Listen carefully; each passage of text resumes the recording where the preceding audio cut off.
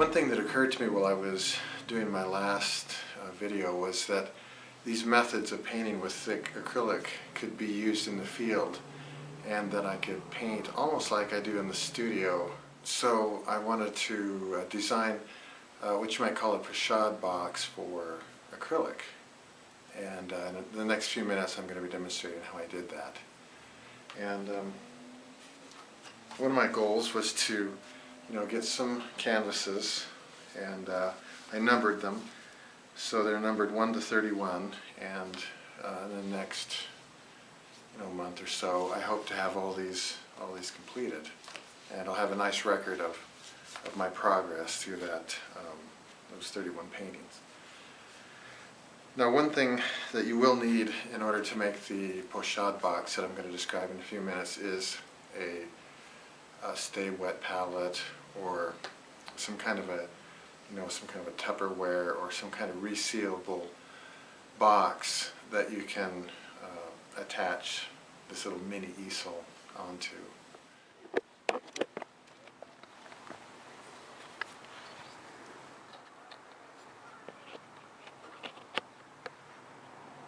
To make this palette, you need to have 2 blocks of this size right here, and then cut it in 1 inch to 1 1/8 inches. Now, I had to double cut that in order for it to fit on there. And what you do to double cut it is you hold your saw blade like a chisel, and you just very slowly push, and you can just kind of eat off one side of the wood to get it a little thicker. But it doesn't matter if it's a little sloppy. You can see this one, it moves around. It's not a big deal.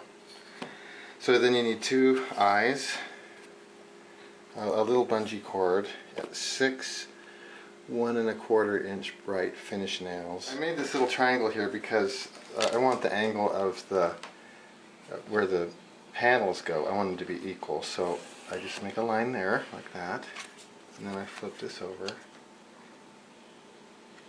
and make one there.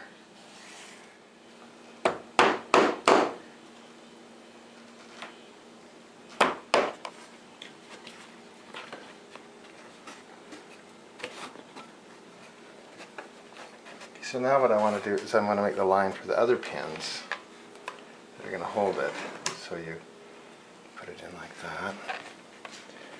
Make sure that's pressed down tightly against your nails. I'm calling them pins because that's what I'm using them for. I actually miscounted. I actually need 6 on each piece of wood, so we need 6 more nails. What I need to do now is just adjust the nails so that they're straight, and that I can get the panel into them. That's good. I put these in. Okay, so I decided I wanted these corners off because it just kind of intruded on my space a little bit. So here's the blocks with the modification. I just sawed off the front side, and I had a bit of a problem here. It kind of shattered off, and the nail was sticking out, so I just took a metal file and filed that off. So they are less than perfect, but perfection's a lofty goal that's not often attained. So I made one more adjustment. I felt like I needed more eye hooks to make that a little bit more adjustable.